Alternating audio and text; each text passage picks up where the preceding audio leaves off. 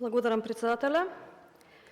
Би сакала да поставам 3 пратенички прашања. Сите 3 се до премиерот на Република Македонија.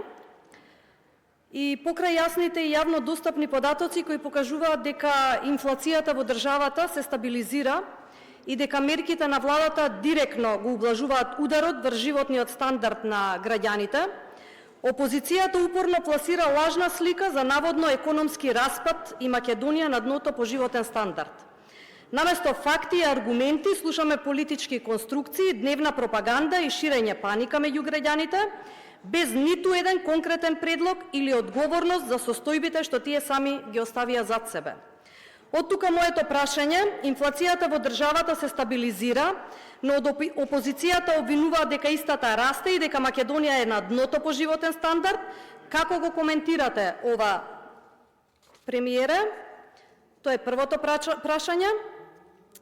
Во услови кога владата презема континуирани и одговорни мерки за стабилизирање на енергетскиот сектор, заштитата на домаќинствата и обезбедување ценовна сигурност, во јавноста повторно се пласираат шпекулации од страна на опозицијата за наводно зголемување на цената на електричната енергија од јануари за 5%.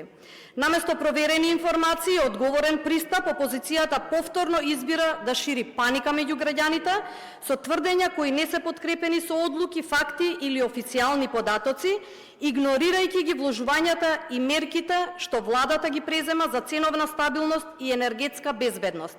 Моето прашање од обвинувањето од опозицијата дека струјата од јануари ќе се покачи за 5%, кој е вашиот коментар, премиере?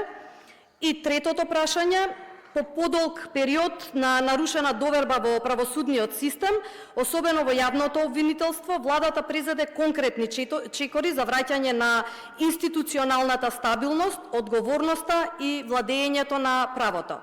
Изборот на вршител на должност државен јавен обвинител се случува во момент кога граѓаните очекуваат јасен пресврт, а институциите конечно ослободување од политички влијанија и селективна правда.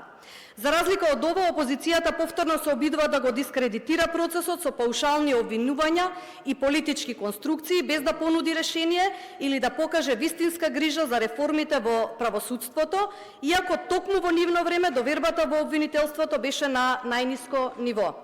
Од тука моето прашање: се избра вршител на должност државен јавен обвинител, кое е вашето мислење и што очекувате вие да се промени во јавното обвинителство? Ви благодарам.